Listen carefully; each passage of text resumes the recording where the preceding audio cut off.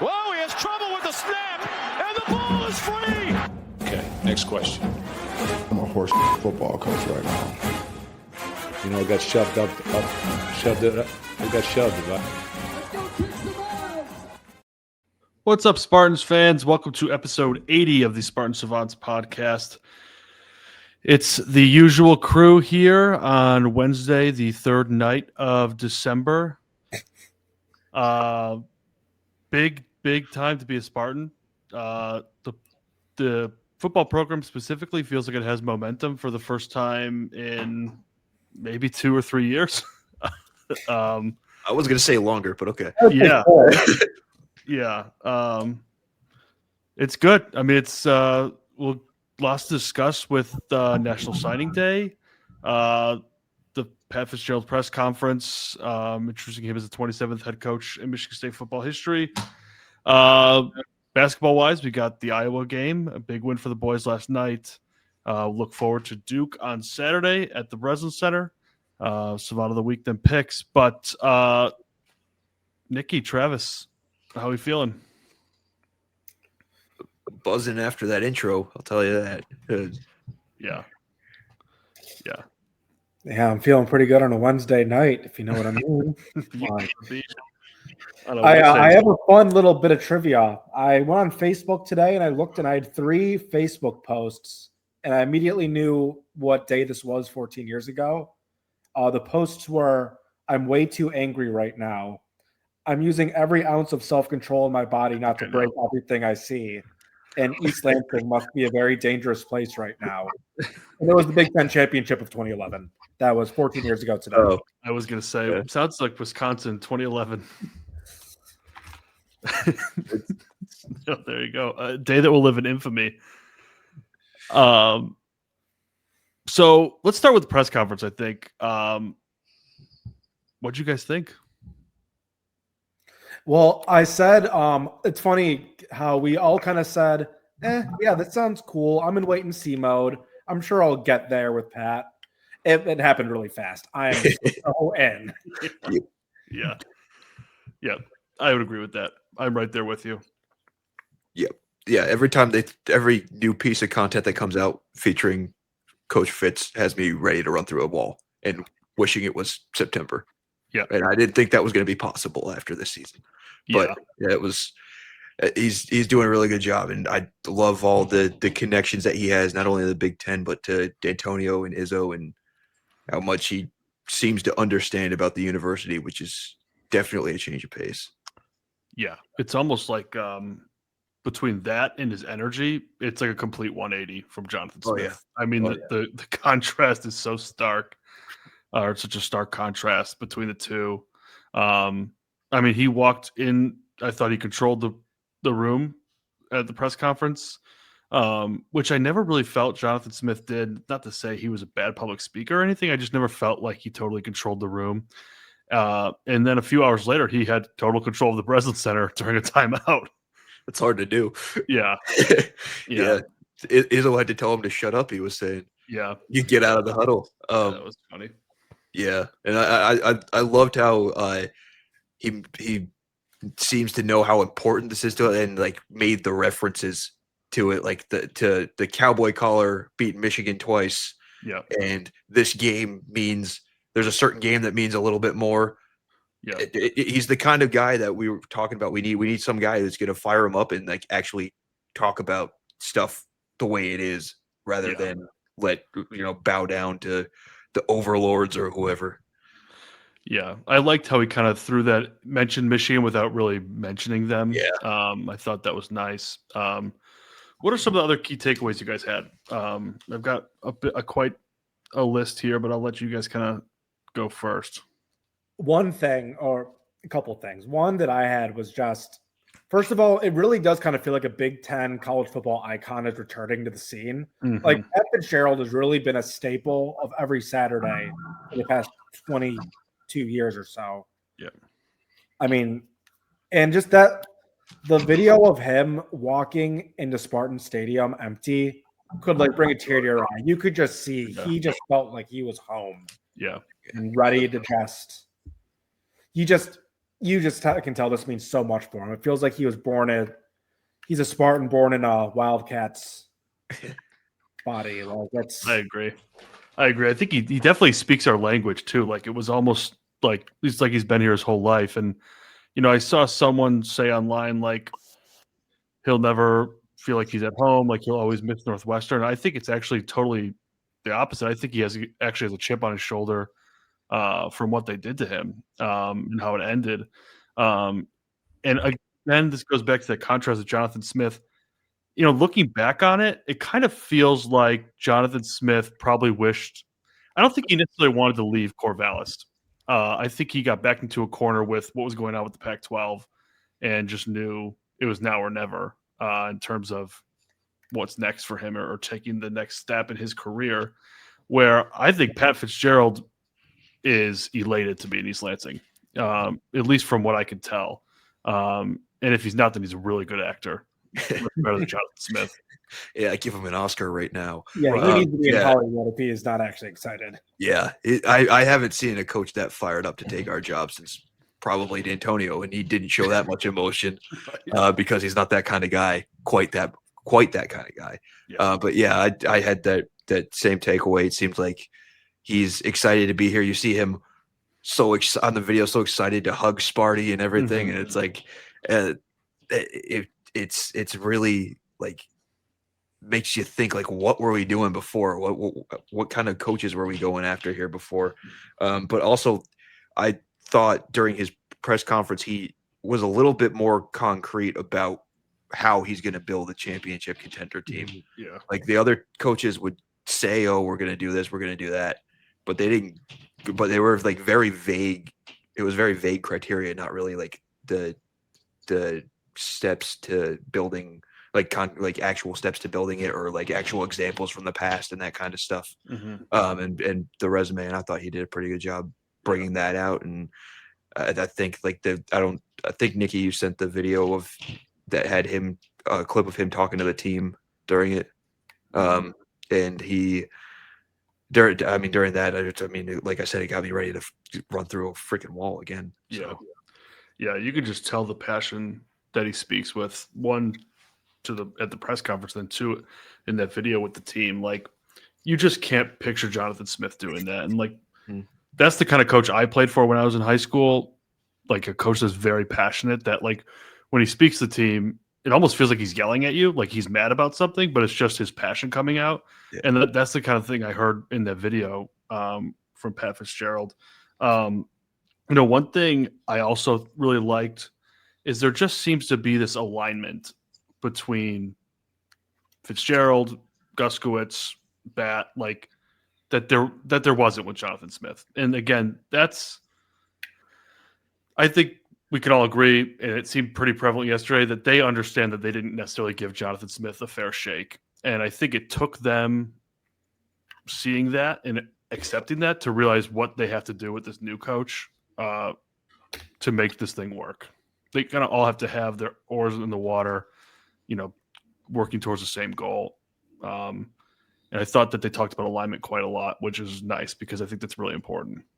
Yeah, and that's something Pat Fitzgerald talked a lot about on the podcast that he was on with Reese Davis and Pete Thamel, where he said the next job he takes is going to have alignment from the top down, and for the first time in a while, it seems like we have that. Yeah. And the timing couldn't be better with the For Sparta announcement. I mean, they really planned that nicely. I was going to say, there's no way this is an accident. Yeah, no, no. Great PR. But this is like the momentum, like feels good, big right now. Like there's reasons to be excited, but like also it doesn't feel like we just had a 4-8 season, which is nice. So I think J-Bat and Pat Fitzgerald and President Guskowitz for that, because now I don't have to feel sorry for myself for having a bad football team, and there's hope starting early. Yeah. Alessio seems like him. I had another note. It was nice to see Alessio at the press conference. That was encouraging. That's big. I think he's important. It's nice. It would be nice to not have to just worry about the quarterback position next year. I think there's enough to worry about. Am I making this up? Did he talk about building the team like from the trenches I think so. I feel like I don't rewatched remember it. I thought he said something like that. I also think might have. Jonathan. I think every coach says that though. I think Jonathan. Well, yeah. Yeah. Maybe I he don't- said it in his little he had a 20-minute video outside with just press after the press conference where they kind of peppered him with some more I think questions. Yeah, that's pretty standard. But I think that's key. We've talked about this so much, but I can't remember the last time we had a good offensive line. And that's so important to me. It's Michigan State really should build their brand around having a good offensive line, really good trenches in general. We've been lacking in both those aspects. Yeah, I felt like a broken record the past couple of years saying the O-line's got to have a big game this week, otherwise we're screwed. And Northwestern, while he was there, developed some pretty good offensive linemen, sent him off to the NFL. So a couple first-round picks too. So hopefully, he can do the same thing here because we need it. Yeah. One thing I also like that I'm seeing from Coach Fitzgerald is that he seems very well aware that the game that he's stepping back into is nowhere near the same as it was or the same when he left. To me, it's clear that he knows I can't just do things the same way. That's not going to work. And he's very aware that he'll need to evolve, not just from where he was when he was at Northwestern, but he'll have to evolve month to month, year to year in this landscape. It's nice to see that he's recognizing that because, I feel like it's just it's easy to get caught doing the same. We've seen it with so many coaches, and obviously D'Antonio, I think the world of him, but towards the end, didn't want to fire coordinators. This recruiting got very stale. In Smith, we watched literally the same thing for 2 years. So it's good to see a coach that's kind of aware of the gravity of how much the sport has changed. And it looks like the school is starting to get serious about the NIL portion of it as well. Yeah, they actually know where NIL stuff is going now. Yeah. I like they talked about recruiting the state of Michigan too. Obviously that's important. It's just so nice to have a coach that has Big Ten, a wealth of knowledge of the Big Ten, He's the third winningest coach in the Big Ten right now. Yeah, it's pretty crazy. Yeah. I think that's all I had. Anything else from you guys? It was great to see that he's able to keep a lot of the recruiting class intact. Yeah. Yeah, that kind of brings us into our next topic, the recruiting class. I don't want to sit here and pretend like we're that podcast that knows a ton about recruiting. So we're not going to go. If you're looking for a deep dive into each kid that signed, this is not the place you're going to get that. Nope. But I think Fitzgerald and the staff did a fine job piecing it together as best they can. He literally had a press conference the day before signing day. 16 signed, 3 unsigned. Obviously, the big name, Cade Kaufman, 4-star quarterback. Seems like he's excited, and I think that's exciting for me. He's the next great American Spartan. He's next great American. I like that. Yeah. He was born to be a Spartan. I think he would be here regardless of the coach. Yeah, it seems like it. Yeah. 46th ranked class. I don't think I don't think anyone else are going to lose any sleep over that just because it's honestly not as bad as I even expected. So better than where we have been, honestly. Yeah. It's what it would have been anyway. So yeah. You look at it's nice to have a class just in period. Look at Penn State. They're like 158th or something. We have 2 people that actually we don't even have a coach. Yeah. It's just that situation's wild. But I think Nikki, you've talked about it. The portal is going to be crucial for this first year. And I think it's pretty clear that people want to play for this guy. I don't think he'll have any trouble in terms of is he going to get the best recruits in the nation? Probably not. But I don't think he'll have any trouble, getting good players to commit to Michigan State. Yeah, and he's not a stranger to recruiting the good players in the area either. Right. Yeah. Great. I mean, you saw guys like Brian Lewerke saying that he would have been the other coach that he would want to play for. So hopefully that carries over with this class. I mean, not just this class, but classes in the future and building this program because it's sunk really, really far. Yeah. Yeah. Yeah. And I think you're seeing that pretty consistently with former players speaking highly of Fitzgerald. Yeah. There's a lot of excitement there. And that bodes really well for, like I said, building the program. Yeah. Is there any, I'll throw it out there, is there anyone in the class outside of Kaufman that either of you do know something about that you're excited about? And if you say no, it's okay because I don't have one. Everyone that I kind of knew anything about decommitted. Right. Yeah. I do know very slightly. Zach Washington was a teammate of Alessio. That's right. Nice. And we lost Travis. He is frozen. Okay. Well, hot thank start. you for the commit. I won't be learning any more about you. Internet. Oh, he's back. Oh, okay. You left us at he was a teammate of Alessio Milivojevic. Yes, and that was basically my entire point. Okay. Oh, nice. Thank you again. All I was saying was that'll help with the chemistry and building up the team. And then also apparently Wisconsin almost came in and took him and that kind of thing. So he stuck it out. So nice. It was good. Yeah. Yeah, it's like I said, I think they did a nice job piecing it together. Obviously, that's kind of all you can do in this situation. You don't really have the luxury of, going after putting together your own class. You're kind of just stuck with what the former staff gave you. But hopefully he can get things squared away with the class, and then we can focus on putting a staff together because I think that'll be very important for him. I'm very interested to see where he goes with coordinators, both offensive and defensive. That'll be some fun message board surfing for the next couple of weeks. Yeah. I think Nikki, you sent this a screenshot of this, but I think they were saying Wozniak and Hawkins are staying. Supposedly, I don't think everything's like guaranteed, but they said that's probably the best chance. Okay, those two will probably be the best. Yeah, I think keeping Hawkins around is great. I think he's been solid. And the tight ends, I mean, I've got no complaints with Wozniak. We've had a great tight end room for 2 years now. Yeah, we just haven't used them. Yeah. Till the end. And Hawkins was retweeting all the receiver commits, so that seems like a good sign. That is a good sign. Yeah, that's really all I have. I mean, I could talk about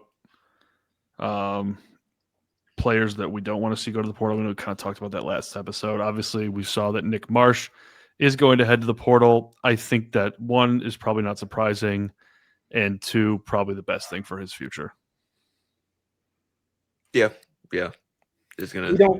We need to allocate funds just to more pressing matters. I would agree with that. And truthfully speaking, there's been a pretty good track record of good receivers leaving East Lansing. Keon Coleman, Jerry Bernard.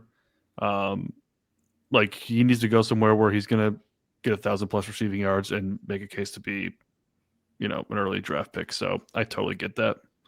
But at the same time, I totally agree with you, Nikki. I'm not going to lose sleep because the truth is there's much more pressing matters. Offensive line. Yes, and defensive. Maybe. Someone that can get after the pass rusher, for the love of God. Oh yeah, that would be great. Yeah. Anything else on the recruiting front before we shift over to basketball? I think we're good. All right. Yeah, big win last night against Iowa. I mean, our defense is just a mean, nasty defense. Yeah. That game a little shaky early, but by early I mean like the first couple minutes, and then honestly, right around the time Coach Fitzgerald came out, they really turned it around. Yeah, we are like as deep as we were last year. It feels that way. Yeah. Almost feels deeper because they're playing better quality. Yeah. For a lot of them. I unfortunately missed most of the first half because Peacock doesn't let you rewind the live broadcast, and I did not know that. So, but I mean, from what I saw, that I mean, you beat a undefeated Big Ten team that a lot of people thought was a trap game by 20. Basically, I mean, you're rolling. I mean, it's a good win and pretty easy going for them for the most part. Did get a little concerned when they started coming back a little bit, but held them off. Well, that's just being shell shocked from like 2022 Iowa. Yeah, I literally can't watch basketball games anymore because of that. Yeah, that is true. Yeah, I mean, I thought obviously the defense played well. I thought the team proved that they can win playing at any pace. We didn't get to run as much as I think would have liked to, but still totally controlled the game. That Fears, I think, continues to shine. A double-double from Kohler. Carr played well. Kohler's a monster. Yeah. The rebounding continues to be a strength. 88% from the free throw line. We'd like to see that. Very good. Yeah. Yeah. Yeah. I think what you're seeing this year is like Fears, Kohler, and Carr have been kind of the driving guys, the leaders, but then like the supplemental scoring is coming from different spots every game. Yeah. So that's really good to see that kind of balance, and probably something that we're going to need to see continue going forward. Yeah. Yeah. I think that's a nice win. Yeah. Yeah. And like you said, proved that we could play a different way. I mean, that was one of those gritty, almost like Wisconsin type of games, right? That we've had in the past, and we're able to get out of there with a really, big margin of victory. Yeah, I agree.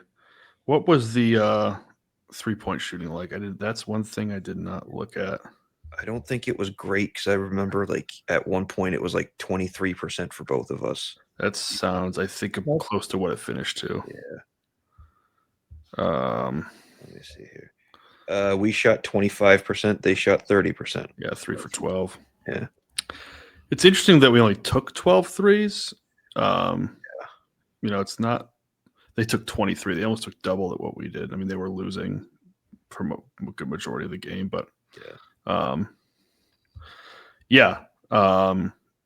that's a nice early win in conference too. Like, again, like you said, Trav, I think a lot of people were nervous about that one. The Breslin was rocking, and a lot of that because of Pat Fitzgerald, but a lot of it too because of the way the team played. I mean, when you have a defense that just suffocates people, it is the kind of the calling card.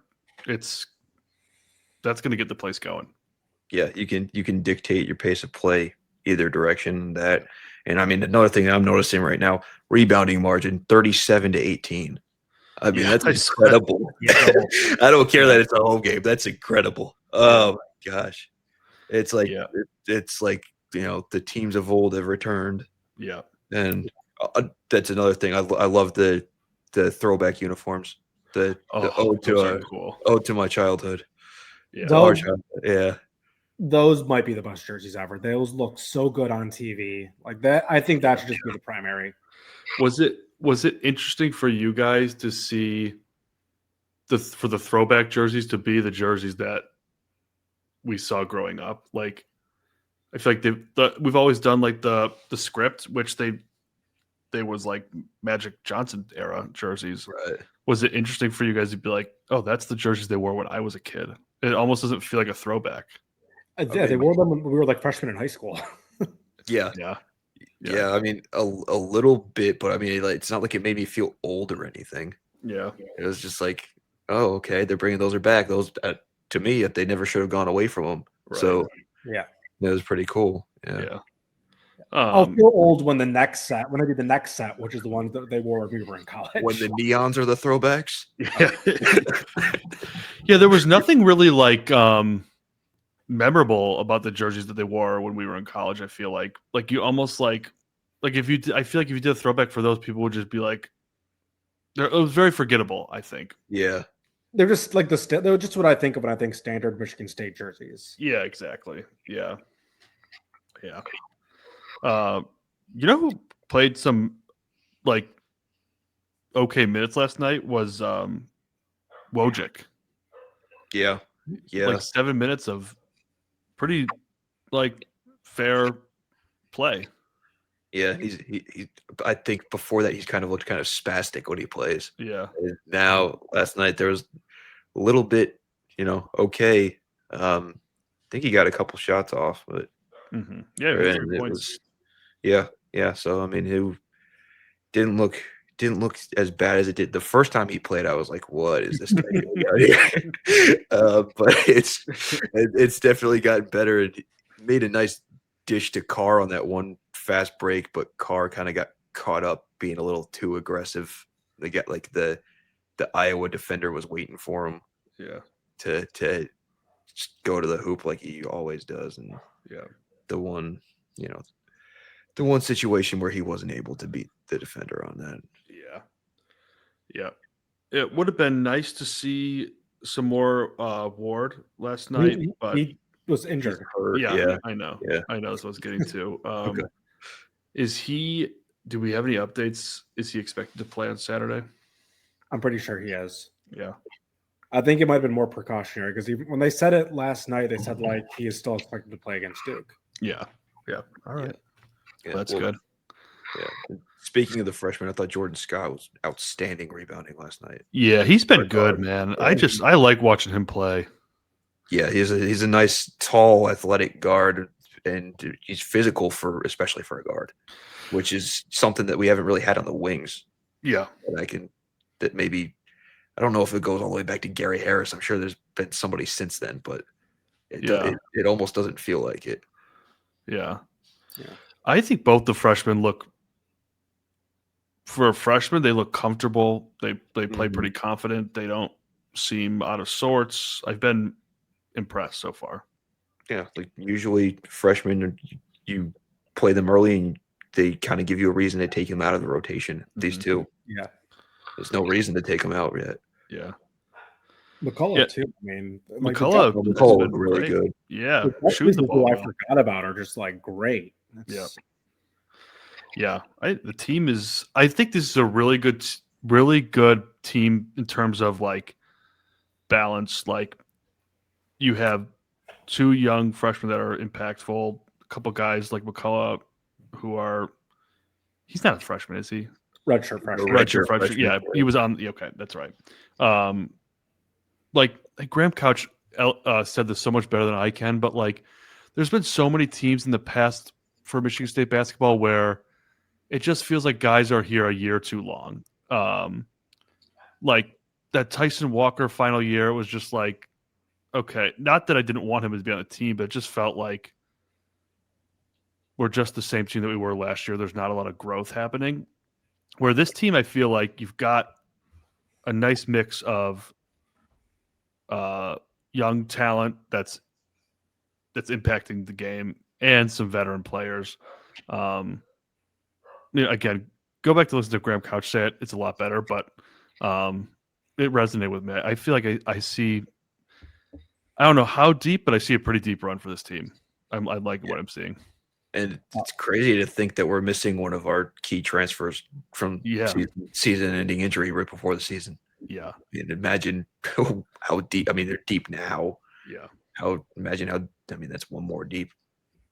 Yeah. And it's even crazier to think that we have the number one recruiting class for next year. Yeah. But let's not get too far ahead of ourselves because we got a big one on Saturday against Duke at the Breslin Center. Number 4 Duke versus number 7 Michigan State. Both teams coming in undefeated. Duke's on a 9-game win streak. Michigan State on an 8-game win streak. This could be a good one. I feel like this is like we've earned this measuring stick game. I love that it's at noon. I'm fired up. I think it's a great chance to see where this team is. And I don't want to put too much weight in it. If they go out and lose by 10 plus, I don't think this team is bad all of a sudden, right? I mean, Duke is just a team that's had our number, but it would be really nice to obviously win. I also feel like we're due for a win over Duke. Yeah. It just feels that way. Yeah. I mean, they're obviously Cameron Boozer is going to be really hard to stop, averaging almost 24 points a game. Yeah. And rebounds. And I was looking at their roster. The shortest guy on their team is his brother, who's 6'4". Everybody else is like 6'5" plus. Sheesh. So they are a long team. Luckily, our bigs are kind of a bit of a strength for us this year, the way that they've been playing. And their game against Florida, their Florida bigs gave them some trouble offensively. So maybe that can help us a little bit. Yeah. I'm going to be honest. I'm completely expecting a win. Are you? Yeah, will be very surprised if we don't win this game. I like that. I just think if we can stop Boozer, let Evan get. I think it's Evans, right? Yeah. Evans is one of the guards. Yeah. Not let Evans get hot. I think this team is deep enough. We have the suffocating defense. We're at home. Going to be rocking. Finally getting our noon game. I think open shot. We're going to win. I love it. I love it. We're not going to be that nervous during the game. Yeah. I really want to co-sign that, honestly, because like I said, I feel like we're due. Yeah. It is a home game. We usually get them neutral site or at Cameron. Right. It's never in East Lansing. Yeah. Yeah. And I mean, look, they've obviously got Boozer, who is averaging 23, almost 26, almost more than the two high scores combined. But it's a pretty even matchup. I mean, like points per game is probably the biggest disparity. They're averaging just under 90. We're averaging just under 80. But points against is basically both at 60. Field goal percentage, 51 to 47. Rebounds both around 42. Assists both at 19.4. Blocks both around 5. Steals both around 7. Like this is a pretty evenly matched game. And they've got some nice wins. 15 Florida. They beat Texas. They beat Kansas. There is a common opponent. We both played Arkansas. Yeah. They beat them by 9. We beat them by 3. But it was earlier in the year for us. I mean, I think that we're a better team than we were then. We could have beat them by more, honestly. Yeah, absolutely. It wasn't clean at the end. No, it wasn't. You're absolutely right. I think this is a great matchup. Yeah, I'm excited. And to your point about their scoring, like how many points per game they have, a lot of that came against West Carolina, Army, Indiana State. I mean, they put up over 100 in 2 of those games. That's so it's really they have 3 games over 100 against mid majors, and then a couple games over 90 against mid majors. So it comes down a lot when you look at their Power 5. Yeah, that's fair. Power conference games. Yeah, good point. And I mean, Florida held them to 67. That was a good game last night. So, yeah. One thing I got to say, that I think's nice. Obviously, because Michigan being like incredible this year. Yeah. When Michigan is good, I care about every single game so much more. I'm going to be pissed if we lose because I cannot have them having a better record than us. Like this is what I live for. This is what we live for. Yeah, absolutely. We're winning. It's not a must win, but you're allowed to be a little annoyed if you lose this game. Yeah. I think that's what this team is. Yeah. Yeah. The ESPN matchup predictor is giving us no chance. I saw that. 30%, 9% for Duke. Yeah, but that's just classic. I think Duke will probably be favored, but probably not by too much. I mean, I think people underrate the home court advantage. I mean, I think people put a good amount of weight into it. I don't think they put enough. I think that home court advantage is massive. Yeah, I mean that predictor makes it feel like they put no weight into the Right. home court advantage Yeah. whatsoever. Yeah. And I mean, Izzone's no slouch, No. not by What far. What do you guys think the spread will be? Duke Duke minus minus 3.5. 3.5. Yeah, that's Nice. kind of what I thought. Yeah. Nice. Yeah. Yeah. I mean, I like it. I like the confidence coming from you, Nikki. Outside of stopping Boozer, Trav, this is more your lane. What are your kind of keys to victory in this one? I would say that the next thing is probably the wings, mostly defending on the wings and then getting productive offensive, scoring for the wings. I mean, Cohen Carr's been scoring as a slasher, but I feel like we haven't been getting the kind of 3-point scoring that we want from there for a little bit. But also, Duke, Duke's got a little more size and a little more athleticism at that point, and a little higher profile recruits if you want to go that route.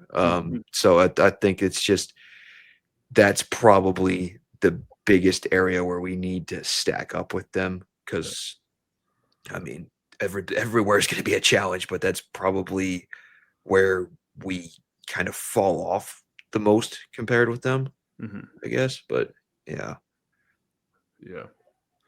Also defense too. But yeah. Well, that's I think is a little more reliable than our 3-point shooting. I mean, you saw how good we can play when we shoot the ball well, like we did versus Kentucky. If we can shoot somewhere between that and the 25% we shot last night, I think we'll be good. Yeah, we're going to need to shoot the ball better. Yeah, but I feel like when we play Duke, we always just get killed by their shooting, and we don't shoot well. There's something about their game that, for whatever reason, usually doesn't match up well with us. Yeah. And it is a different coach, but he played for Coach K, so it's not really a different style. Yeah, I haven't played this team. Yeah. When was the last time we played them? 2 years ago. 2 years ago. Yeah. Classic. Yeah, I think so. Yeah, played them in the tournament a couple years back too. Oh, that was the year before, I believe. Yeah, I think that's right. Yeah, it was an 8 versus 1 or a 9 versus 1 type deal. Yeah, it was the year before that we lost to Carolina. Yeah. No, it was a classic. Year before we lost to Kansas State. Year before we lost to Kansas State. It was Hauser's last game. Yeah. Yeah. Right? What was it? Yeah. Hauser wasn't on that team that lost to Kansas State. I don't believe so. Man, these years are running together for me. Yeah, I could swear he was because we were missing the 3-point shooting the next year. Yeah, man, that's all right. Let's get on. Talk about getting old. Yeah. Anything else? The first to go. Anything else on the Duke game? That's a big one. I cannot wait. No, I love that it's at noon too. That gets me so rock hard. I just want to beat them because it's going to be a hell of a Saturday if we come away with a win that early. Yep, I agree. Nikki, a surprise savant of the week this week. Yes. So, look, obviously you could hand it to Fitzgerald, the king himself, our leader. You hand it to all the commits, but you know what? I'm just gonna do a Time Magazine 2006. You're the Spartan of the week. Just look yourself in the mirror. We've been through some hard times. Just you're the Spartan of the week this week, or the Savant of the week. Just everyone, just giving it to everyone this week. It's everyone. It's a great week. It's just a great week to be a Spartan. Everyone's a Savant this week. Everyone is a Savant this week. I like that. I mean, it really is. I mean, we've got we got Pat Fitzgerald on top of a new $1 billion capital campaign. With the renderings of Spartan Stadium looks sweet. That looks sick.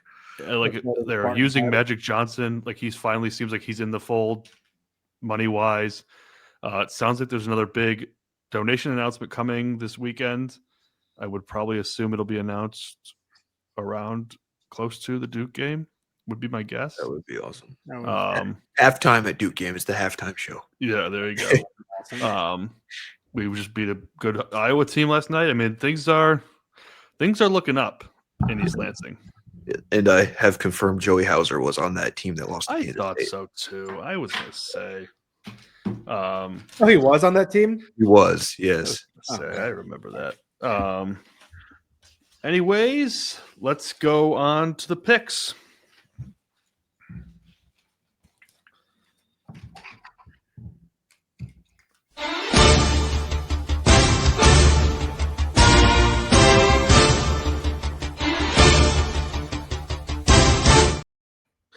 It is not week 13, by the way. But No, that's okay. We are on to week 15, actually.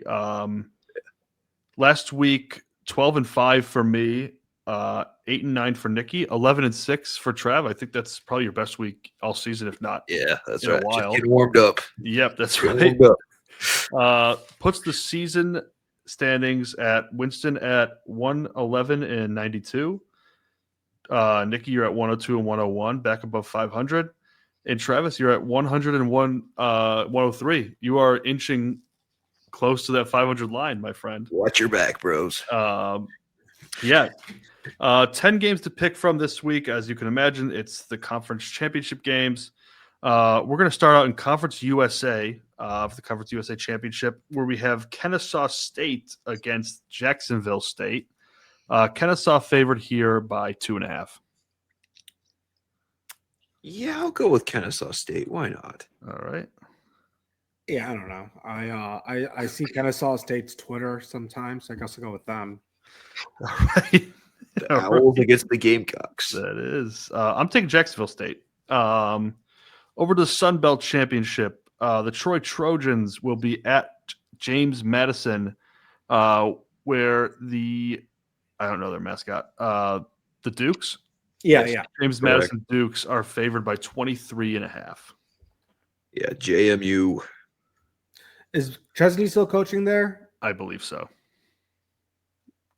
You know what? Troy will cover. All right. I will go with JMU. That's a lot of points, though. But there's a lot on the line for them, so I'll stick with it. American Athletic Conference Championship. Two teams that are both losing coaches. The North Texas Mean Green at Tulane. North Texas favored by 2.5. Yeah, I'm going to go with the team right down the road over there in Denton. Mean Green. Yeah, I like UNT. All right. I like Tulane in this one. Over to the Mountain West, UNLV Rebels at Boise State. Broncos, Boise State -4. I feel like I'm starting to pick too many favorites here, and it's early. But I'd never doubt Boise State. All I right. feel like I can't go against them in that. Oh, I'm about to. I know you are. UNLV, brother. I'm joining Nikki. Everyone knows I'm a Las Vegas guy. I'm going to go with UNLV. Okay, moving into the Power 5 or Power 4 here for a quick stop. Big 12 championship game, 11 BYU coming off a huge successful week in keeping their coach. Will go up against the number 5 ranked Texas Tech Red Raiders. Texas Tech favored by 12.5. I'm going to say Texas Tech wins again, but I think BYU covers that.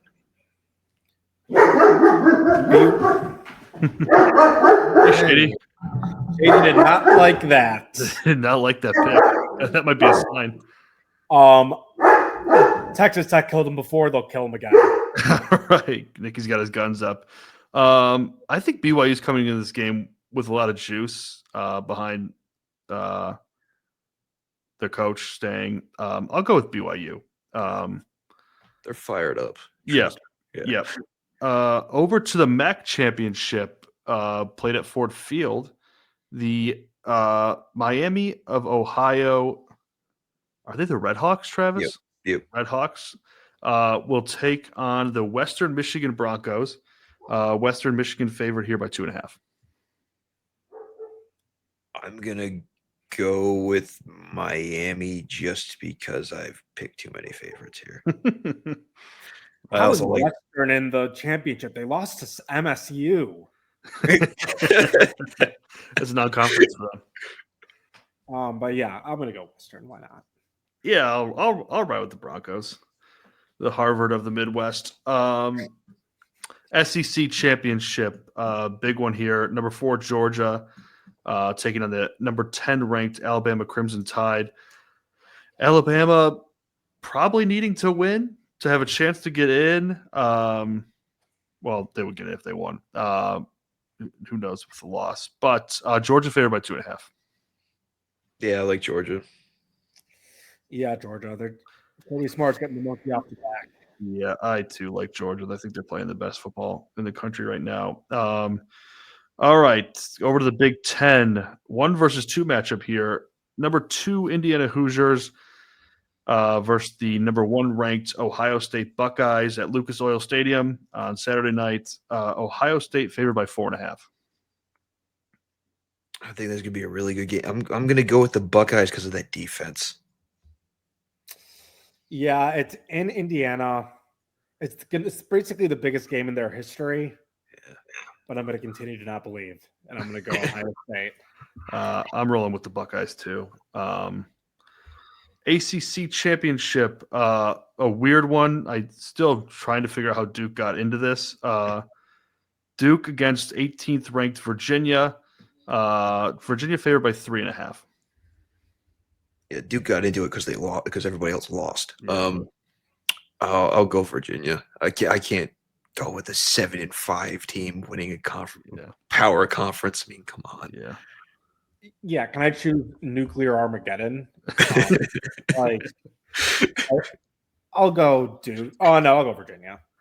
All right. I too am riding with the Cavaliers of Virginia. One last game here. Cowboys at Lions, Thursday night football. Lions somehow favored by 3 in this game. I mean, I'm going to take the Lions because the other option is not going to be fun for me around here.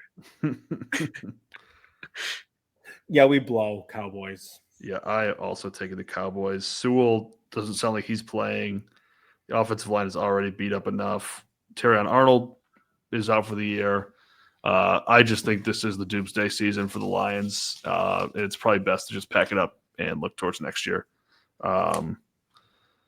That'll do it for this week's picks. We'll probably do bowl games and stuff too. So more picks to come. But that will do it for the 80th edition of the Spartan Savants podcast. Thanks to my 2 fabulous cohorts, Travis and Nikki. What a week. That could potentially only get better. We're happy to have Coach Pat Fitzgerald in the fold. As always, shout out to the College Huddle. We appreciate them having us as the Michigan State representative. And you can find the Spartan Savants podcast wherever you get your podcasts, also on YouTube. Follow along with us on X and Instagram at Spartan Savants for both of those.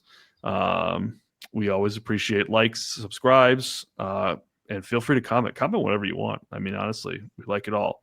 But we will see you guys soon. I don't know if we'll do something right after the Duke game or if it will be another Wednesday night. But one way or the other, you'll hear from us again. Thanks, everybody, and go green. Go White. Go White.